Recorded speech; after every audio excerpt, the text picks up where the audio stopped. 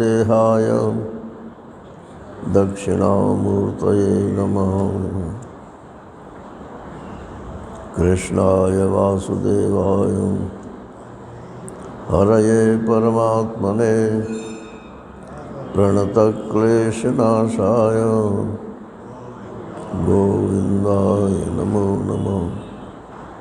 गोविन्दाय नमो नमः।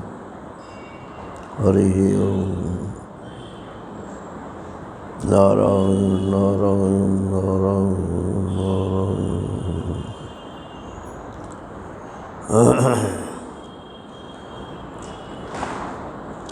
भगवान शंकराचार्य कृत वाक्य वृत्ति के अंतर्गत दृष्टादृश्य विवेक के द्वारा दृश्य के साक्षी के रूप में आत्मा की सिद्धि की गई।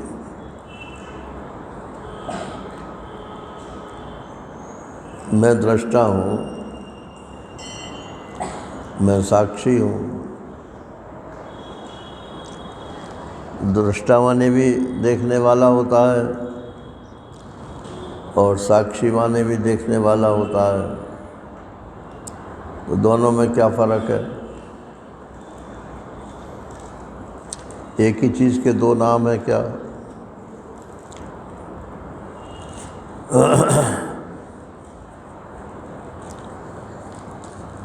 तो जैसे ये माइक और माइक का देखने वाला बुद्धिगत चैतन्य जीव, तो ये दृश्य हो गया और वो जीव चैतन्य जो है वो दृष्टा हो गया। और इन दोनों का जो देखने वाला है, माइक का भी और माइक को देखने वाला जीव चैतन्य को भी, उसको बोलते हैं साक्षी। तो आप दृष्टा मत बोलना अपने आप,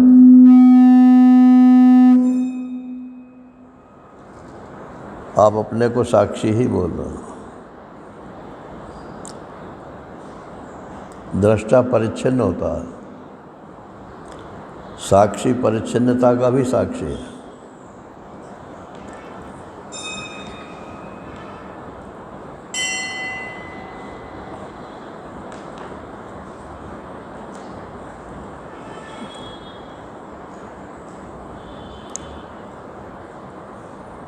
ये शब्दों, बोले शब्दों में क्या फ़र्क पड़ता है? कुछ भी बोल दो।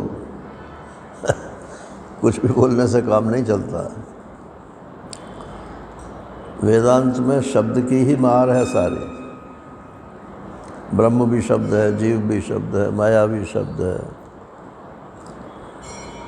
तो अगर शब्द की मार ना हो तो सारा शास्त्र ही बेकार हो जाएगा।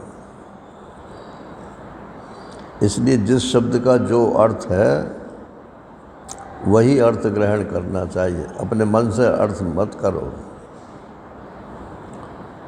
प्रायः सब लोग दृष्टा और साक्षी को एक ही मानते हैं। प्रायः अगर एक ही चीज़ होती तो दो नाम रखने की ज़रूरत क्या थी? तो दृष्टा और दृश्य, ये दोनों जिसके दृश्य हैं उसको बोलते हैं साक्षी। और सिर्फ दृश्य जिसका दृश्य है उसको बोलते हैं दृष्टा। दृष्टा बुद्धि में बैठ करके होता है और साक्षी बुद्धि के भाव का भी साक्षी है और बुद्धि के अभाव का भी साक्षी है। जागृत के संसार का जो देखने वाला है वो दृष्टा है, जागृत दृष्टा बोलते हैं उसे। स्वप्न के संसार को देखने वाला जो है उसको स्वप्न दृष्टा बोलते हैं। लेकिन जागृत को भी मैं ही देखता हूँ और स्वप्न को भी मैं ही देखता हूँ, तो मैं दृष्टा नहीं हूँ। मैं साक्षी हूँ।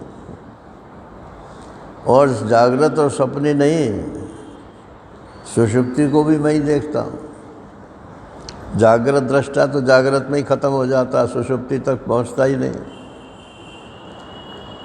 स्वप्न दृष्टा स्वप्न तक ख़त्म हो जाता है, वो न जागृत में आता है न सुषुप्ति में आता है। लेकिन सुषुप्ति के अभाव या आनंद, बहुत गहरी नींद में आ सो गया वो, कैसे जाना? बोले वहाँ जानने का कोई कारण नहीं है। तो इसी को पारिभाषिक शब्दों में ऐसा बोलते हैं कि जहाँ जानने का कोई कारण होता है, किसी यंत्र के द्वारा आप जानते हो, उसको आभास भाष्य बोलते हैं। माने जीव के द्वारा, आभास के द्वारा, चिदाभास के द्वारा जाना जाता है।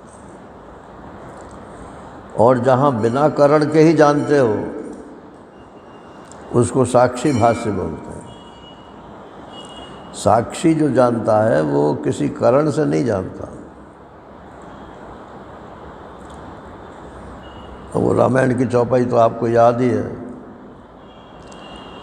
विषय और कारण और जीव, तीन चीज़ें हो गई। विषय, करण और सुर। सुर और रह गया बीच में। सुर माने इनके हृदय। विषय, करण, सुर और जीव, तीनों को देखने वाला दृष्टा हो गया। सकल एकते एक सचेता, एक से एक चेतन है। माने एक, उसका दृष्टा वो, उसका दृष्टा वो, उसका दृष्टा वो। चेतन का मतलब जानने वाला, ज्ञान स्वरूप। तो बस बात यहीं तक है क्या? सकल एकते एक सचेता, सबकर परम प्रकाशक जोई। इन चारों को जो प्रकाशित करता है, माने इन चारों को जो जान रहा है और बिना कारण के ही जान रहा है, राम अनादि अवधपत सोई। वो ही भगवान राम है और अवधपति हैं, अयोध्या के नाथ हैं। अथवा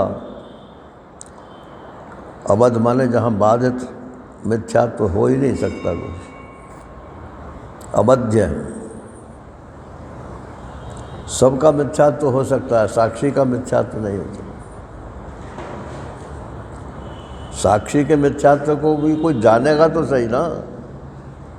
तो जो जानेगा वो तो है ही है। तो वो अबाध्य है। सबकर परम प्रकाशक जोई, राम अनादि अवधपति सोई। अच्छा, तो साक्षी हो गया। तो साक्षी की दुनिया कौन सी है? जीव माने अध्यात्म, सुर अधिदैव, विषय अधिभूत, अधिभूत अध्यात्म अधिदैव, इसकी दुनिया है। किसकी दुनिया है? दृष्टा की।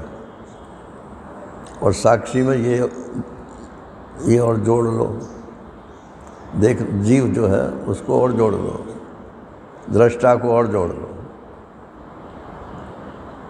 दृष्टा अध्यात्म नहीं है, बुद्धि तो अध्यात्म है, लेकिन बुद्धिगत जो चैतन्य है वो अध्यात्म नहीं है।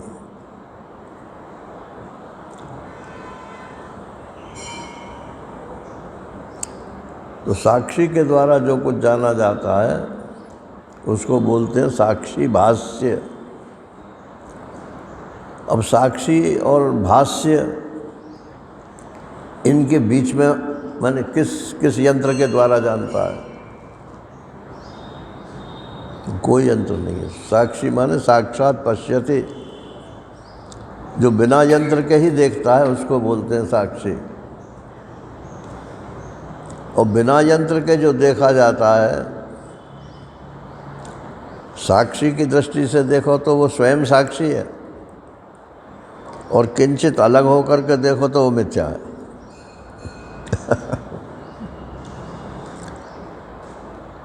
ये संसार मिथ्या है किसकी दृष्टि से?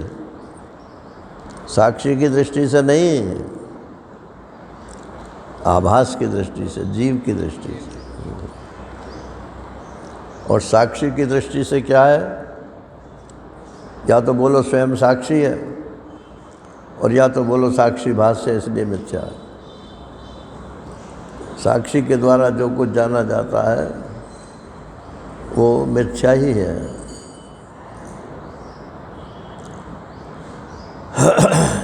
ये डिस्टिंक्शन जो है याद रखना चाहिए। तो त्वम पदार्थ क्या है इसमें? साक्षी के आभास। आभास त्वम पदार्थ है, इसका रिफाइनमेंट फिर साक्षी है। ब्रह्म किसको बताया जाएगा?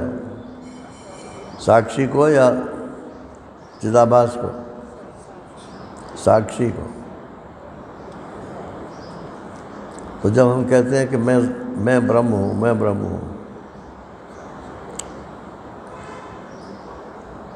तो वहाँ मैं का मतलब साक्षी होता है। चिदाभास मत समझ लेना।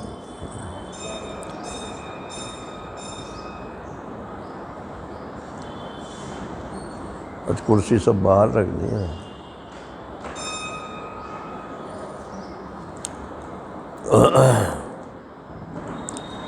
ये त्वम पदार्थ का एक ढंग से वर्णन हुआ। अब दूसरे ढंग से आज प्रारंभ कर रहे हैं। वो कौन सा ढंग है? 3 शरीरों को लेकर। एक है स्थूल शरीर, एक है सूक्ष्म शरीर, और एक है कारण शरीर। नाम तो आपके सुने हुए हैं। ये हड्डी मांस चाम का जो शरीर दिखता है सबका, इसको स्थूल शरीर बोलते हैं।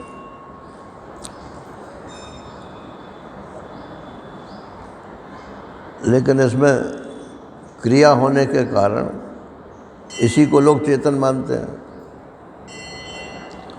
अरे ये शरीर ना हो तो कौन करेगा, कौन जानेगा?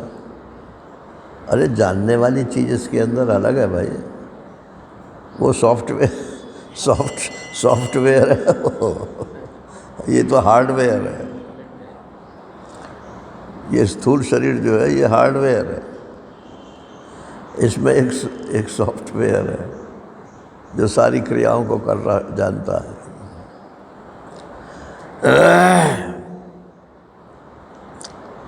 तो इस हार्डवेयर को भी समझ लो क्या है। तो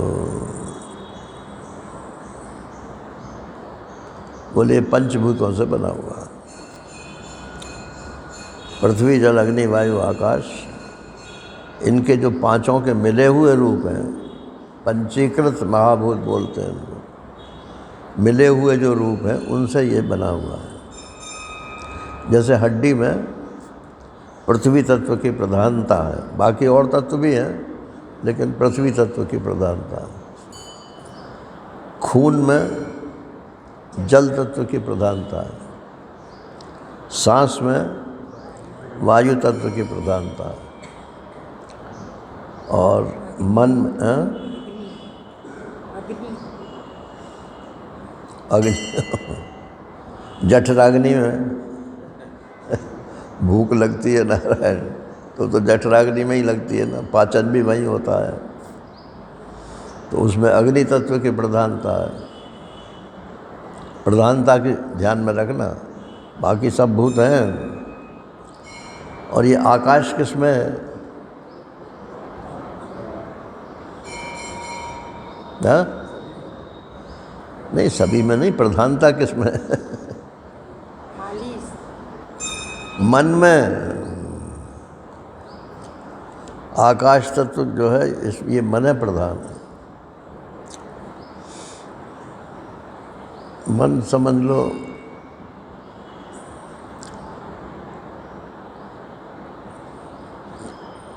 जिसमें आकाश तत्व की प्रधानता होती है वो समाधि की तरफ जाएगा,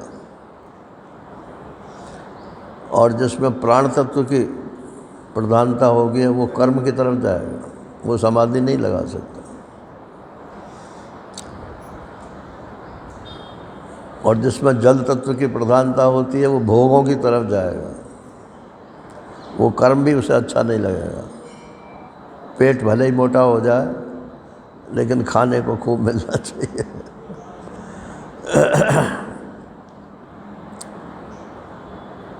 और जिसमें क्या पृथ्वी तत्व की प्रधानता होती है, बोले अब तो चैन से गुजरती है, आखिरत की खुदा जाने। ओढ़ के सो जाओ, क्या करें, इधर उधर भागे भागे फिर। आलस्य, प्रमाद, ये सब पृथ्वी तत्व की प्रधानता से। अब बुद्धि में कौन सा तत्व है नारायण? मन तक तो बात आ गई, बुद्धि में कौन सा तत्व है? अग्नि तत्व की प्रधानता से बुद्धि में होता है। ये बुद्धि जो है ये कोई साधारण चीज़ मत समझिए। आकाश पाताल सब इसी से सिद्ध होते हैं। साइंस वालों की बुद्धि कितनी सूक्ष्म होती है, लेकिन उससे भी ज़्यादा सूक्ष्म योगियों की होती है, और योगियों से भी सूक्ष्म जो है ब्रह्मज्ञानियों की होती है।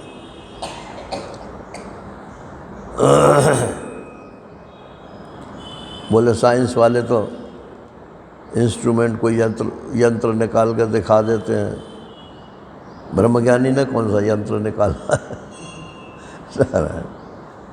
अरे ब्रह्मज्ञानी ने जो सूक्ष्मतम पदार्थ जिसको बोलते हैं ब्रह्म, उसको तुम्हारी बुद्धि में प्रतिष्ठित करते, ये क्या कोई काम है?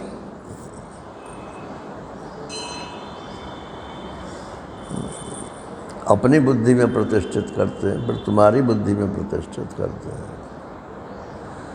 ये भी एक साइंस है ना, हर किसी के बस की भी बात नहीं है।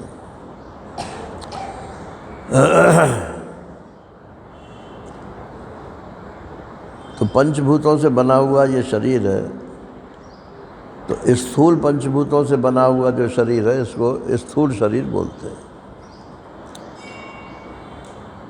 इसमें सात धातुएं इसमें बताई जाती हैं। आप तो भोजन करके हट जाते हो, लेकिन वो भोजन जो है कितने स्टेजेस से जा कर के पोषण करता है। तुरंत थोड़े ही आपको खून बना देगा वो। नारायण, भोजन करोगे तो रक्त बनेगा, मांस बनेगा, मेद बनेगा, मज्जा बनेगी, हड्डी बनेगी, वीर्य बनेगा, रज बनेगा, और एक और है ओजस। ये डॉक्टर लोग नहीं मानते ओजस को, हाँ, वो तो वीर्य और रज तक ही मानते हैं बस।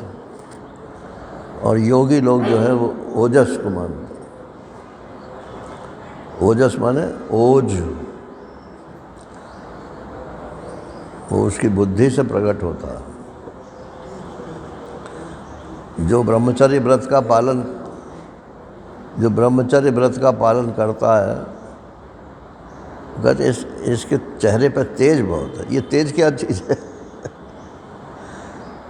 तो चेहरे पर तेज तो खाए पिए का भी हो जाता है। खूब घी खाओ, आपको चिकना हो जाएगा शरीर, उस तेज से मतलब नहीं है। तेजस्विता जो है, जिसके सामने विपक्ष प्रतिपक्ष ठहर ना सके, उसकी बुद्धि जो है तेजस्वी है।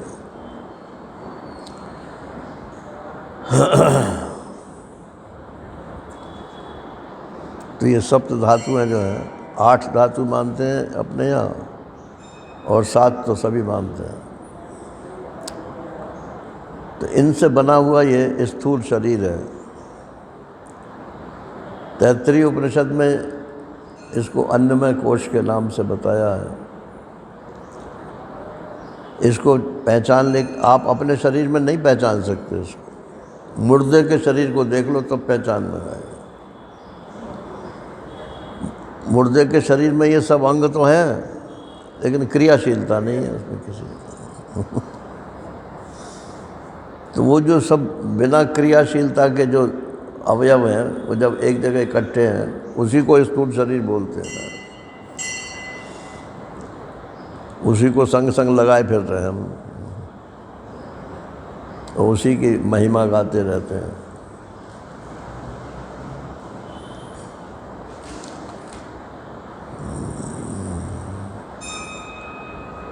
अच्छा जी, तो ये स्थूल शरीर हुआ। ये शरीर ही कौन है इसका, किसका शरीर है? तो जीवात्मा का ये शरीर है। अपने कर्मफल भोग के लिए ये शरीर प्राप्त होता है। किसको? जीवात्मा को। क्यों प्राप्त होता है? अरे उसने किया ही इसीलिए था कि मैं इनका फल भोगूं, इसलिए प्राप्त होता है। लेकिन जिस फल के लिए किया था वो फल नहीं मिलता उसको। जो कर्म उसने किया है उसका जो फल ईश्वर की दृष्टि से है, वो फल आपको प्राप्त होगा। जेल में जाना कौन चाहता है? निषिद्ध कर्म करके सब यही चाहते हैं कि कोई डॉक्टरी सर्टिफिकेट मिल जाए तो इंटरिम बेल हो जाए हमारे लेकिन नहीं होती भाई। फल आपके हाथ में नहीं है। वो क्या है 18वें अध्याय में 5 हेतु कर्म के जो बताए हैं। अधिष्ठानम मैंने शरीर, तथा कर्ता इस शरीर के भीतर करने वाला। अधिष्ठानम तथा कर्ता, और करणम, चोरी की तो हाथ से ही की होगी तो हाथ करण हो गया, और किसी को दान दिया होगा तब भी हाथ से ही दिया होगा तो हाथ फिर करण हो गया। अच्छा हो बुरा हो मतलब करण। अधिष्ठानम तथा कर्ता करणम च पृथक विधम। अब हाथ तो है और चलता ही नहीं है तो कर्म वो भी नहीं हो सकता है। तो उनकी पृथक पृथक क्रियाएं जो हैं इंद्रियों की, वो भी होनी चाहिए। अधिष्ठानम तथा कर्ता करणम च पृथक विधम विविधाश्च पृथक चेष्टा। ये तो 4 हेतु हो गए। और दैवम चैवात्र पंचमम, 5वां कारण जो है वो दैव है। दैव माने फलदाता। आप चाहे जितना बढ़िया कर्म करो और चाहे जितने अच्छे उद्देश्य से करो, लेकिन फलदाता तो उसका ईश्वर ही है। अब मोदी जी को विपरीत कर्म का फल मिल गया भले ही सरकार उनकी बन रही हो, मगर बहुत बड़ा झटका है ना। तो फल अगर उनके कर्म के हाथ में होता तो नहीं होता। और विपक्षी पार्टियों का कुछ भी लेन देन नहीं था, लेकिन उनकी इतनी सीटें आ गई तो फलदाता तो दूसरे हाथ में। तो अधिष्ठानम तथा कर्ता करणम च पृथक विधम विविधाश्च पृथक चेष्टा दैवम चैवात्र पंचमम। अब वो दैव माने कोई देवता नहीं है, दैव माने ईश्वर, अधिदैव, फलदाता। तो एक सज्जन कहते थे कि 4 हेतु तो आपके हाथ में है, ये 5वां हेतु जो है ये तो आपके हाथ में है नहीं। तो 20% तो आपके हाथ से निकल गया ना। 80% को सुधार लो तो 20वां जो है बाद का वो अपने आप आ जाएगा। ऐसा नहीं है नारा। ये जो प्रत्यक्षवादी लोग हैं वो ऐसा बोलते हैं, 80% तो तुम्हारे हाथ में है। अरे कभी कभी 20% 100% हो जाता है, और कभी 95% जो है 20% हो जाता है।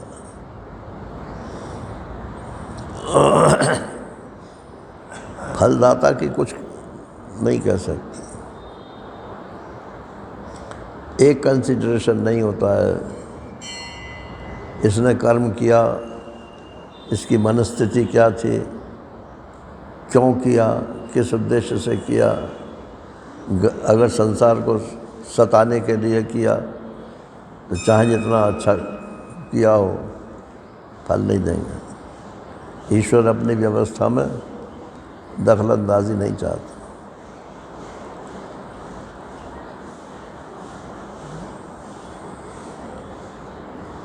तो ये स्थूल कर्म की बात, स्थूल शरीर की बात हो गई। तो मुर्दे में मैंने कहा कि मुर्दे में देख लो, उसमें क्रिया शून्य होता है वो शरीर, उसी को स्थूल शरीर बोलते हैं। उसी को लटकाए लटकाए घूम रहे हैं नारायण हम लोग।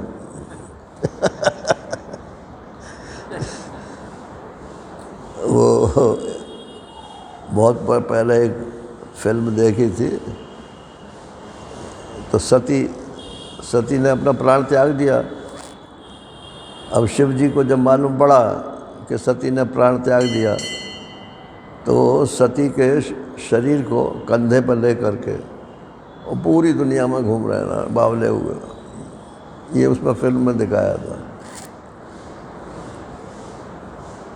और किताबों में तो ये लिखा है कि पागल हो गए शंकर भगवान सती के, और इतना क्रोध आया कि वो वीरभद्र जो है पैदा करके और सबको दंड भी दे दिया। उसके बाद तुरंत शांत हो गए। तो वो तो ईश्वर थे, शिव जी तो ईश्वर कोटि में है ना, तो उनके ऊपर कोई चीज़ गलत लागू नहीं कर सकते आप। लेकिन हम जो इस शरीर को लटकाए लटकाए फिर रहे हैं, और इतना इसमें अभिनिवेश है कि बस यही मैं हूँ और यही मेरा है ना, इसमें सावधान रहिए। ये त्वम पदार्थ भी नहीं है, गलत त्वम पदार्थ है। अब इसके अंदर जो इसको क्रियाशील बनाता है उसको बोलते हैं सूक्ष्म शरीर। ये जैसे मैंने अभी थोड़ी देर पहले कहा कि ये तो हार्डवेयर है, इसके भीतर जो सॉफ्टवेयर काम तो वही सब करेगा, सॉफ्टवेयर ही, लेकिन बिना हार्डवेयर के भी नहीं कर सकता है। इसलिए मरने के बाद जो सूक्ष्म शरीर जाता है वो कुछ कर नहीं पाता है, वो सिर्फ भोग सकता है और कुछ नहीं कर सकता। ये खामी ख्याल मत रखना कि मरने के बाद हम तो स्वर्ग प्राप्त करने का साधन कर लेंगे। साधन करना है तो यहीं करो, और फिर मरने के बाद स्वर्ग मिलेगा। लेकिन बाद में कर नहीं सकते कुछ भी, वह सिर्फ भोग सकते हो। बुरा कर्म किया है तो नरक भोगना पड़ेगा, अच्छा किया है तो स्वर्ग आदि भोगना पड़ेगा। और अगर दोनों में से कुछ नहीं चाहिए, सिर्फ ईश्वर के लिए कर्म किया है नारायण, तो आपको अगली योनि अच्छी मिल जाएगी। अगली योनि का कोई भरोसा नहीं है। ऊर्ध्वम गच्छन्ति सत्वस्था, मध्य तिष्ठन्ति राजसा, और जघन्य गुणवृत्तिस्था, अधो गच्छन्ति तामसा। भगवान को जोश आ गया, अधो गच्छन्ति तामसा। ये तामसी लोग जो हैं ये तो जमीन के भीतर गड़ जाएंगे। शराब पियो, जुआ खेलो, दूसरों को कष्ट दो, नारायण, अपने हक के लिए दूसरों को कष्ट देते हैं। बोले इसमें क्या हर्ज है, हम अपने हक के लिए लड़ते हैं। तुम्हारा हक कहाँ से आ गया? तो कागज़ से आ गया। हमने ज़मीन खरीदी है। ज़मीन तुम्हारी है या जिससे तुमने खरीदी है उसकी थी क्या? ये तो ट्रांसफ़र है। ज़मीन है किसकी? ज़मीन तो परमात्मा की है। उस ज़मीन के पीछे कत्ल हो जाते हैं। उस कत्ल का भोग कौन करेगा? फिर तो नरक में तो जाना पड़ेगा। गाँवों में तो डंडे चलते ही रहते हैं। आपको यहाँ इंदौर में पता नहीं चलता होगा, लेकिन गाँवों में तो बात बात पर लट्ठे चलते हैं ना। तूने मेरी मेड़ काट ली, चल। दोनों तरफ से लट्ठे चलते हैं, फिर घायल भी हो जाते हैं, मर भी जाते हैं, मुकदमे भी फिर चलते रहते हैं।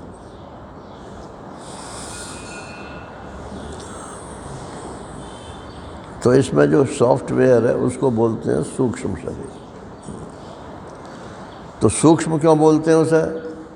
कि ये तो स्थूल पंच तन्मात्राओं से बना है, पंचीकृत तन्मात्राओं से बना है, और वो जो है वो अपंचीकृत तन्मात्राओं से बना है, अपंचीकृत पंचभूतों से बना है। ये भी ज़रा टेक्निकल शब्द हैं, इनको समझ लो तो अच्छी बात है। पृथ्वी, जल, अग्नि, वायु, आकाश, ये 5 तत्व हैं। तो जब ये आपस में मिले हुए नहीं रहते तो शक्ति रूप है, और जब आपस में मिल जाते हैं तो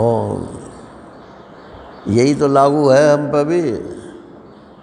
जब तक आपके ब्याह नहीं होता है तब तक आप शक्ति रूप हो, और जब ब्याह हो जाता है नारायण, तो आपकी शक्ति कितनी जगह बढ़ जाती है ना, लुंज पुंज। तो ये पंच तन्मात्राएँ जो हैं, ये शक्ति, इस सारी सृष्टि में जो शक्तियाँ हैं वही पंच तन्मात्राएँ कहलाती हैं। तो देखने की शक्ति, सुनने की शक्ति, 5 तो यही हैं। तो एक एक भूत की एक एक शक्ति है। देखने की शक्ति सूर्य की शक्ति है, सुनने की शक्ति आकाश की शक्ति है, ऐसे 5 के। सूंघने की शक्ति पृथ्वी की शक्ति, और जल की शक्ति क्या? स्वाद लेने की, रसना, और वायु की शक्ति स्पर्श। ये 5 जो इंद्रियां हैं ये एक एक तन्मात्रा से बनी हुई हैं। आँख से आप सिर्फ देख सकते हो, सुन नहीं सकते। कान से सिर्फ सुन सकते हो, देख नहीं सकते, क्योंकि इनमें एक एक तन्मात्रा है। तो ये शक्ति रूपा है। या देवी सर्वभूतेषु शक्ति रूपेण संस्थिता नमस्तस्यै नमस्तस्यै नमस्तस्यै नमो नमः। अब बोलते तो हैं नारायण, लेकिन शक्ति रूपेण संस्थिता, ये 5 शक्तियों के रूप में तो देवी जी आपके यहाँ प्रकट हैं, लेकिन इनका हम अपव्यय कर देते हैं जब हम स्थूल शरीर से भोग करते हैं।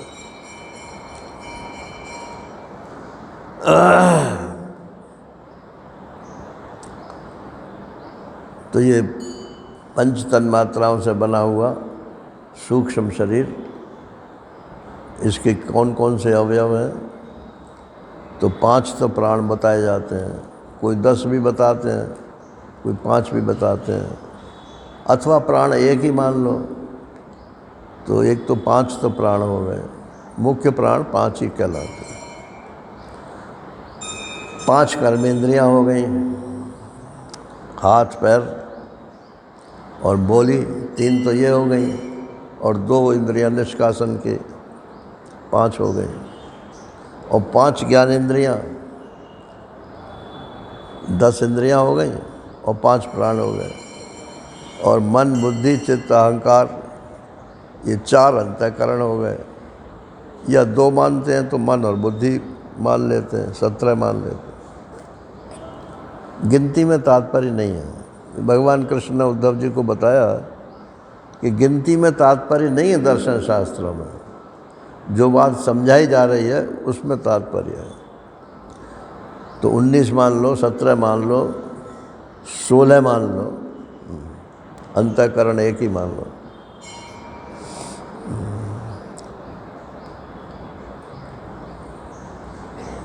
इसका दर्शन कब होता है?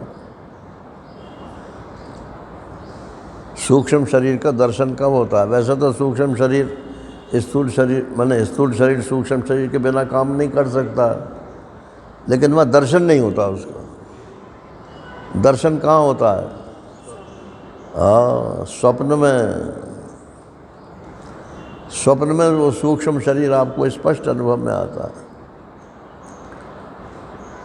हर चीज़ वहाँ कुछ है नहीं और सब कुछ मालूम पड़ता है।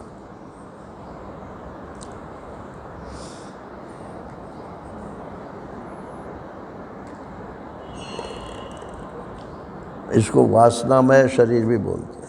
सूक्ष्म शरीर को वासनामय शरीर भी बोलते हैं। अब इसमें एक बात ज़रा ये समझिए, जैसे इस समय हम लोग बैठे हुए हैं तो दोनों शरीर काम कर रहे हैं। स्थूल शरीर भी काम कर रहा है, सूक्ष्म शरीर भी काम कर रहा है।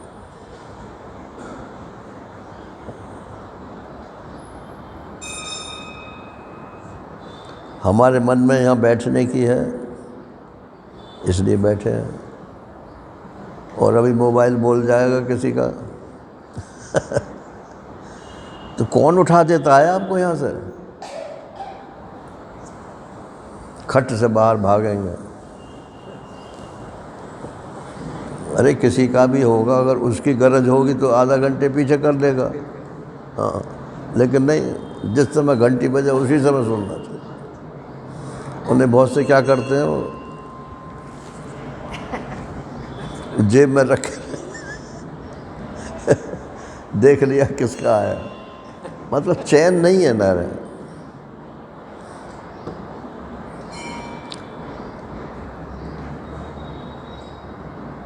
वह चिन्मय मिशन की जो सभाएं होती हैं ना, उसमें पहले अनाउंस कर देते हैं, सब अपने अपने मोबाइल ऑफ कर देते हैं। वो टनन टनन जब बोलती हैं तो वक्ता का भी ध्यान गड़बड़ होता है, श्रोताओं का भी। ऐसे ही जो यहाँ लेट आते हैं ना सत्संग में, अब चलो आ जाते हैं, यही उनकी बहुत मेहरबानी है। लेकिन ये सोचना चाहिए कि लेट आते हैं, फिर वो कुर्सी खींचते हैं, वहाँ से उठा के वहाँ रखेंगे, वहाँ से उठा के वहाँ रखेंगे, तो सब सारा सिस्टम डिस्टर्ब होता है। आप 10 मिनट पहले घर से नहीं चल सकते।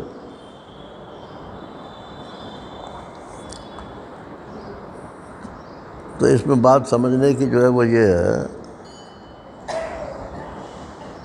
कि स्थूल शरीर और सूक्ष्म शरीर साथ साथ तो काम करते हैं। सूक्ष्म शरीर का अनुभव आपको स्वप्न अवस्था में होता है। एक शरीर और है, ये स्वप्न और सूक्ष्म इन दोनों का जो कारण है, ये बने क्यों दो, उसको कारण बोलते हैं।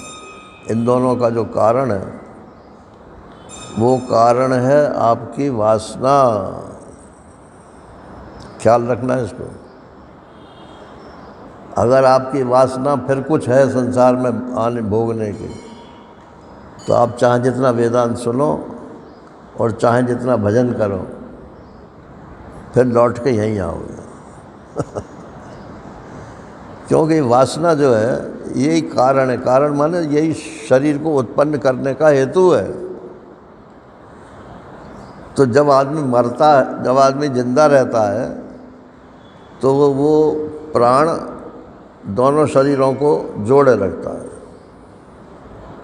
स्थूल शरीर और सूक्ष्म शरीर दोनों को जोड़े रखता है। जैसे मान लो चिनाई होती है ना, दीवार में चिनाई होती है, तो दो ईंट आपस में कैसे जोड़ते हो? बीच में सीमेंट या गारा कुछ लगाओगे। अच्छा, सीमेंट की अवधि होती है, बताते हैं कि 100 साल चलता है, लेकिन शायद नहीं चलता। सपोज 100 साल चल जाता है, तो 100 साल के पीछे वो सीमेंट सूखेगी कि नहीं सूखेगी? जब सूखेगी कि तो दोनों ईंटें अलग अलग हो जाएंगे। तो ऐसे ये जो प्रारब्ध है ना, इस प्रारब्ध के कारण ये जो प्राण है ये स्थूल शरीर और सूक्ष्म शरीर दोनों को जोड़े रखता है। और जब प्रारब्ध खत्म हो जाता है तो समझ लो वो सूख गया। सूख गया तो स्थूल शरीर अलग गिर जाता है और सूक्ष्म शरीर जो है वो अपनी यात्रा अलग शुरू कर देता है। उसकी यात्रा कैसे होती है? वासना से। यत्र यत्र मनो याति तत्र तत्र समाधया, ये तो समाधि के संबंध में है। और पुनर्जन्म के संबंध में भी यही है। महाराज श्री ने दृष्टांत दिया कि मध्य प्रदेश की कोई घटना है कि कोई सज्जन थे सरकारी अफसर, तो वो जंगल में घूम रहे थे। अब उनके पीछे सीआईडी भी लगी हुई थी। सीआईडी ने रिपोर्ट किया कि ये जंगल में घूम रहे थे, तो दूसरी सीआईडी लगाई गई, जंगल में क्यों घूम रहे थे। तो मालूम पड़ा कि कोई आदिवासी लड़की थी, उसके चक्कर में वो वहाँ घूम रहे थे। तो महाराज श्री कहते हैं कि उनको उस जंगल में कौन खींच के ले गया? वो जो उसकी वासना थी, काम वासना, वही तो खींच के ले गई ना वहाँ। तो हम क्या समझते हैं कि हम काम वासना लेकर के फिर हम स्वर्ग चले जाएंगे? नारायण, या तो नरक में जाएंगे अगर गलत आपने वासना की है तो, और या तो फिर यहाँ ही कोई कीड़े मकोड़े बनेंगे। ये तीन योनियों से खबरदार रहना। बंदर, सूअर और कुत्ता। अपने यहाँ कुत्ता पालने का निषेध है शास्त्र में। आजकल इसको फैशन माना जाता है। बंदर भी पालते हैं नारायण। हाँ, बंदर, कुत्ता और सूअर। तो वो तो गंदगी, जिसको गंदगी पसंद है वो तो सूअर योनि में ही जाएगा। और ये जो सूअर का मांस खाने वाले लोग हैं ना, नहीं गंदे तो हैं लेकिन खाते क्यों हैं? वो काम वासना बढ़ाता है। सूअर का मांस इसलिए खाते हैं कि उससे काम वासना बढ़ती है। 12 बच्चे देती है वो।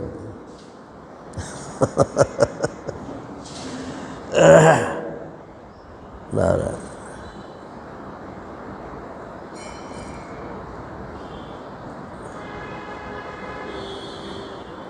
बचपन में वो पहेली पूछते हैं ना, तो बोले अच्छा बताओ, 8 अठंगड़ 12 बंगड़ 4 चक 2 तोरे,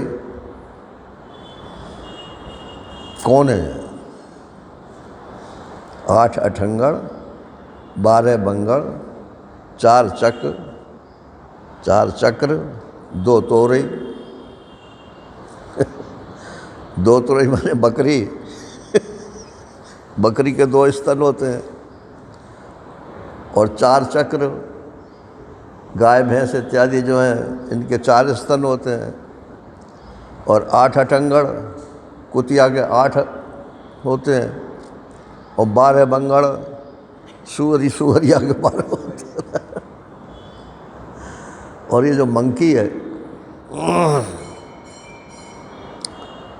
क्या बंदर,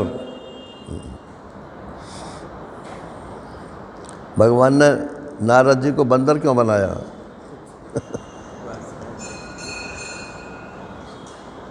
क्योंकि महात्मा होकर के और काम वासना पाल रहे थे। तो बंदर जो है वो बहुत बड़ा कामी है। अब हमारे यहाँ तो आश्रम में बंदर ही बंदर दिखाई पड़ते। तो उनके सब क्रियाकलापें जो है ना देखो तब भी देखनी पड़ती हैं। छोटे बच्चे से लेकर बड़े बच्चे तक सबका एक ही काम है।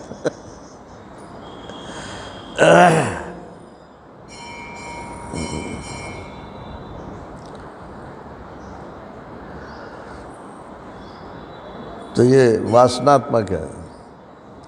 तो जब प्रारब्ध खत्म हो जाता है तो स्थूल शरीर और सूक्ष्म शरीर को जो जोड़ने वाला प्राण है वो भीतर घुस जाता है, स्थूल शरीर नीचे गिर जाता है और सूक्ष्म शरीर वो वासना के अनुसार अपनी यात्रा करता है। अब कोई पूछ रहे थे कि जी हमारे यहाँ तो तुरंत चला जाता है, कोई कह रहे थे 3 दिन पीछे चला जाता है, आपके यहाँ 13 दिन पीछे जाता है, 13 दिन तक वहीं घूमता रहता है। तो ऐसा भेद क्यों है? अभी कोई दो एक दिन पहले ही कोई पूछ रहा था। ये कर्मकांड के कारण भेद है ना।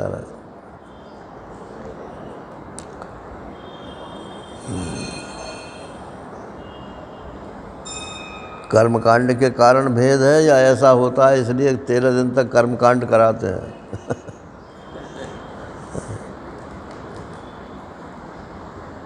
दूसरी योनि में प्रमाण सिवाय शास्त्र के और कोई नहीं है। कोई भी शास्त्र मानो आप, मरने के बाद क्या होता है कोई प्रत्यक्ष प्रमाण इसका नहीं दे सकता है। एक वो पुनर्जन्म अंक निकला था कल्याण का, तो उसमें विदेशियों के कुछ अनुभव निकले थे। तो उसमें एक फ़ोटो छपा था। क्या फ़ोटो था कि वहाँ के लोगों ने कहा कि आत्मा यदि कुछ है फिज़िकल तो हम मरने वाले को एक शीशे के उसमें बंद किए देते हैं, आत्मा निकल के जाएगी तो शीशा फोड़ कर निकलेगी। अब बंद भी कर दिया, वो मर भी गया, लेकिन शीशा तो फूटा नहीं। तो उसमें एक फ़ोटो दिया था सूक्ष्म शरीर का। तो उसमें जैसे परछाई होती है ना, तो परछाई में तो फिर भी कालापन ज़्यादा होता है। उसमें सब अवयव दिख रहे थे और ये कह रहे थे कि ये सूक्ष्म शरीर है। सूक्ष्म शरीर का फ़ोटो नहीं आ सकता है। ये विदेशियों के चक्कर में मत रहना। फ़ोटो तो स्थूल शरीर का ही होता है।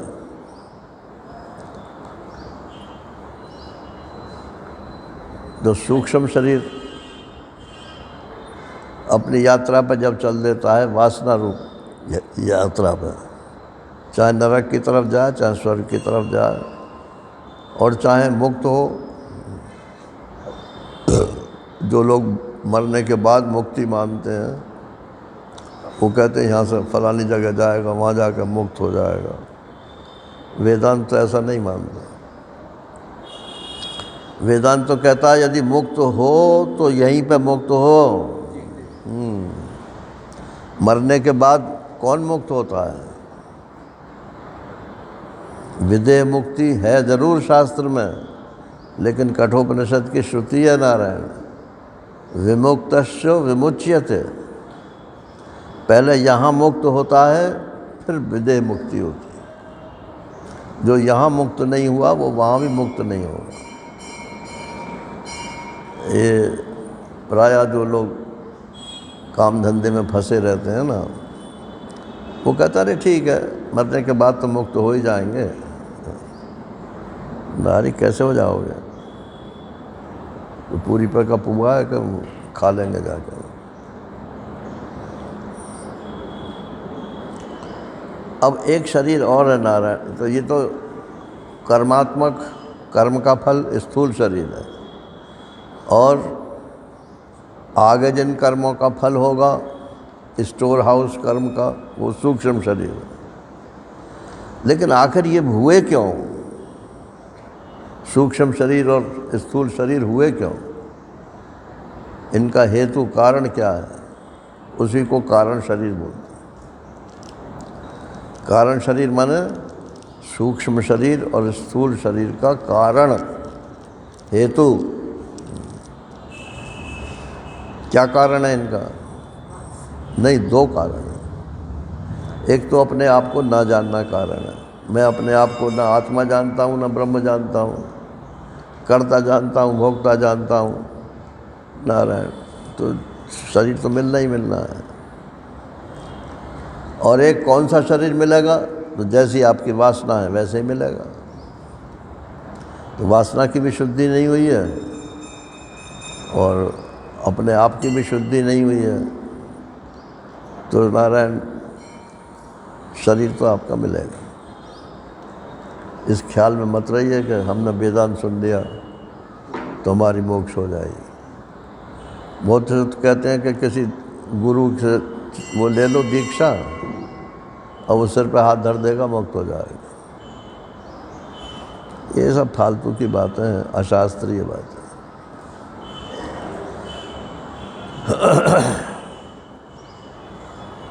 तो कारण शरीर क्या हुआ? इसको शास्त्र की भाषा में ऐसे बोलते हैं, अविद्या, कामना और कर्म, इन तीनों का इकट्ठा स्वरूप वो कारण शरीर है। अब इसको ज़रा और समझ लो, अभी तो है 5-7 मिनट। जैसे गेहूँ आपने बोया तो उसमें तना आया, फिर बाल आए, बाल में फिर दाने पड़े, दाने में भी फिर कोई दाना थोथा निकल गया और कोई दाना सॉलिड निकला। उस दाने को फिर बोओ तो एक बाली में कितने गेहूँ निकलेंगे? एक बीज बोया था आपने, उससे एक बाली में कितने गेहूँ निकले? मान लो 10 निकल आए, तो 10 को आपने फिर बो दिया तो एक एक के फिर 10 हो गए। नारायण, एक दफ़े आपका यदि गड़बड़ हो गया तो कितने जन्मों तक पेलेगा, इसका कोई हिसाब है? 84 लाख योनि तो बताते ही हैं, मगर वहाँ लाख माने लाख नहीं है, अनंत है। 84 आसन है आपके, 84 योनियाँ हैं। वहाँ ऋषिकेश में वो 84 कुटियाँ बना रखी हैं महेश योगी ने, उनमें सब कुछ होता था। अब सरकार ने बंद करा दिया।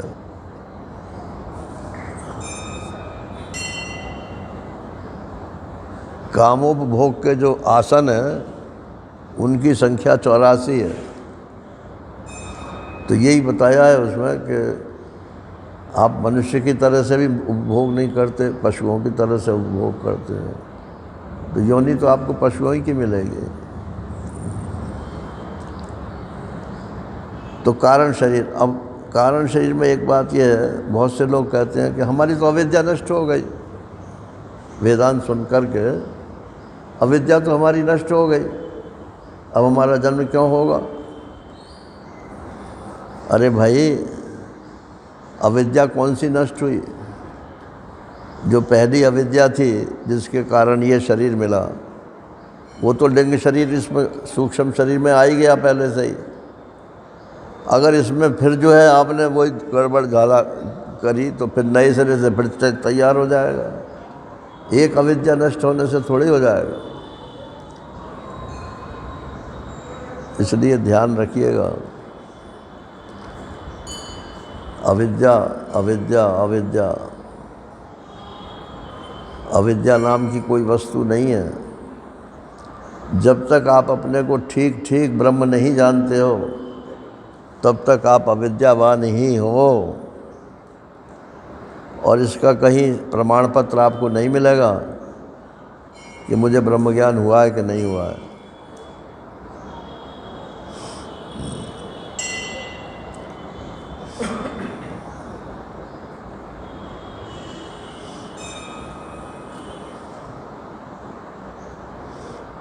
रामकृष्ण परमहंस जी ने एक बात कही है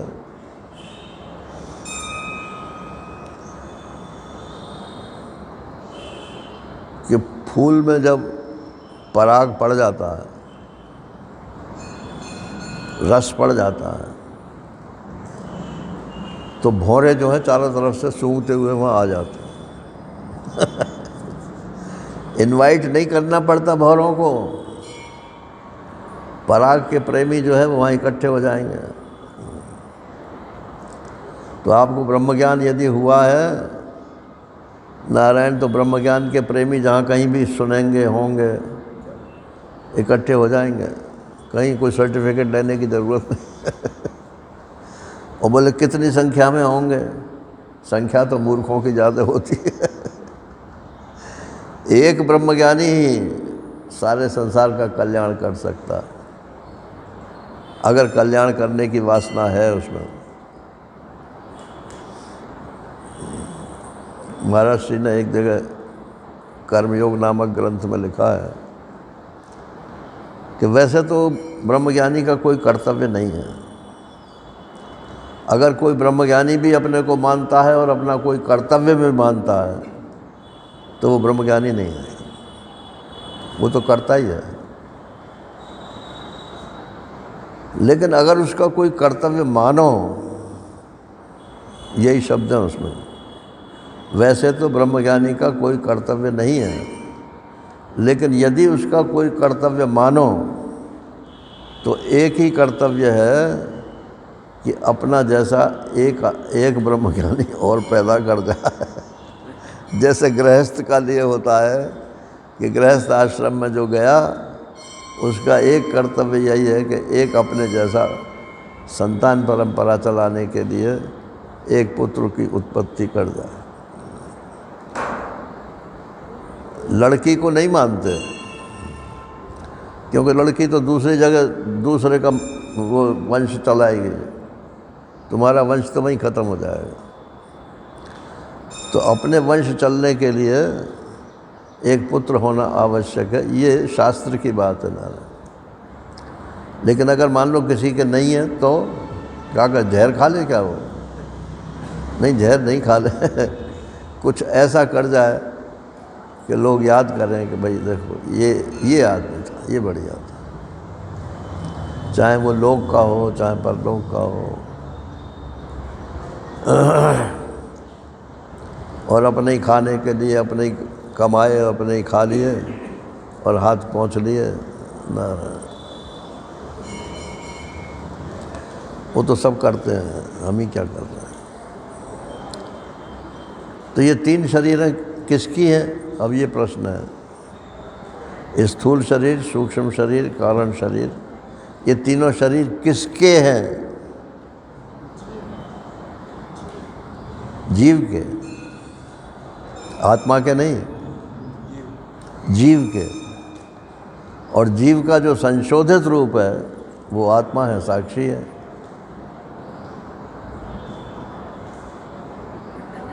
तो ये त्वम पदार्थ की बात चल रही थी, तो शरीरों के माध्यम से भी आप त्वम पदार्थ के जो लक्ष्य है साक्षी, उस तक पहुंच सकते हो। अब कल को कोशों के हिसाब से साक्षी तक पहुंचना है। आज शरीरों के माध्यम से हो गया, कल दृष्टादृश्य के हिसाब से हुआ था, और कल टुमारो कल जो है वो कोश के हिसाब से, और परसों जिंदा रहे तो परसों अवस्थात्रय, पूरा मांडुक्य उपनिषद आएगा। समझ गए कला जी? आपको बड़ी चिंता थी ना कि मैं ऋषिकेश नहीं गई। उसकी भरपाई सब हो जाएगी। हरि ओम पूर्णमदः पूर्णमिदं पूर्णात् पूर्णमुदच्यते पूर्णस्य पूर्णमादाय पूर्णमेवावशिष्यते। ओम शांति शांति शांति। हरि ओम श्री गुरुभ्यो नमः। हरि ओम। नारायण नारायण नारायण। आज